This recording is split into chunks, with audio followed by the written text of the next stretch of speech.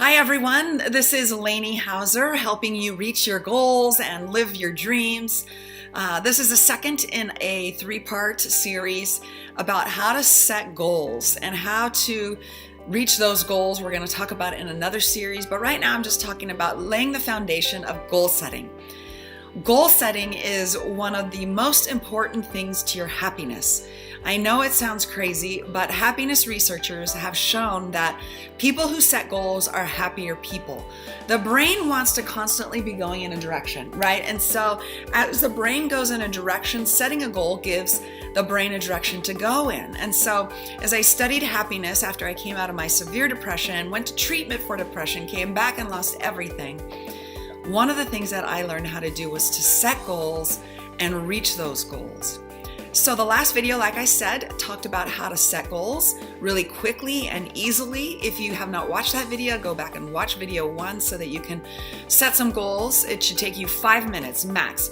Actually, it'll take you 10 because it'll take you 5 minutes to watch the video and 5 minutes to set your goals. So it's a 10-minute project that will change your life. Absolutely 10 minutes of life-changing material there. So what I want to talk about today is taking those goals that you set in the last video, last couple days ago, and now taking those goals and making them specific and measurable. And here's what I mean. A few weeks ago, I was speaking to a bunch of women in different various stages in life, and I asked some of them after leading them through the goal exercise, so tell me what your goals are. One woman said, my goal is to be a missionary in North Korea. And one of the other participants said, my goal is to get to know God better. Two goals, neither are good nor bad, right? They're just two different goals from two different people. And yet one of them is very specific, very measurable. And one of them is kind of, well, ambiguous. How are you ever going to know if you are closer to God or not? I don't know. So I encourage the women over here who had that goal to really go and look at what does that mean? Does that mean I'm reading my Bible 3 times a week? Does that mean I'm going to a prayer meeting once a week? What in the world does it mean to be closer to God? What does that relationship look like when you've met that goal? So go back to your goal list and take each of the different domains that you have, whether it's family, health, fitness, career, business, whatever goal it is, your spiritual goals. Take each goal. You now should have a list. Take each one and make it specific and measurable.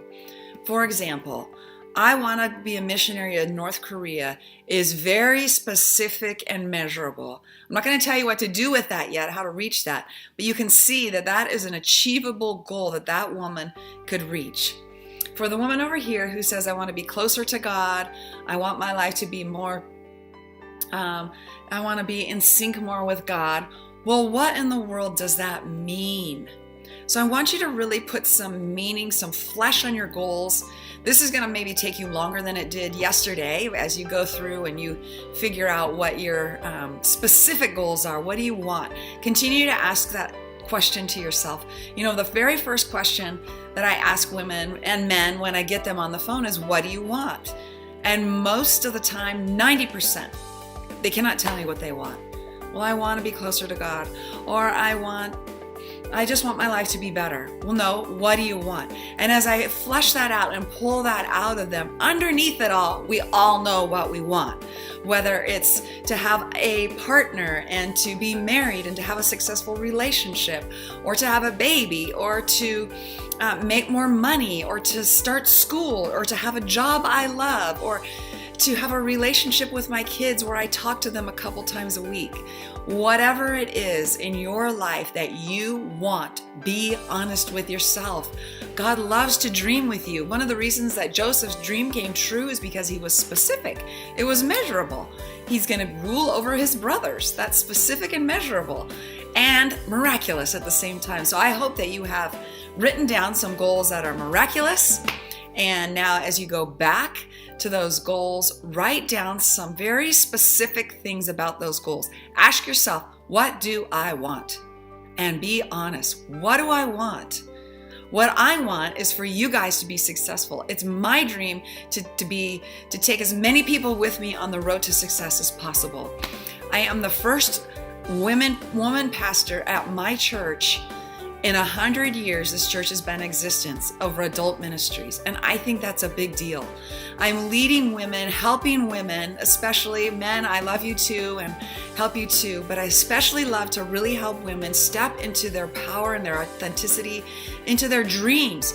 Years and years ago, I dreamed of being a pastor, and I stepped into it because I had a very specific, measurable dream. So make your dream a goal. Make it very specific. What do you want? All right, so that's your assignment for this time. Take your list that you had last time, all those dreams that you had written down in your 30 seconds of dreaming, and take it one step further to make those very specific and measurable. Email me once you have made some specific and measurable goals. I'd love to hear from you.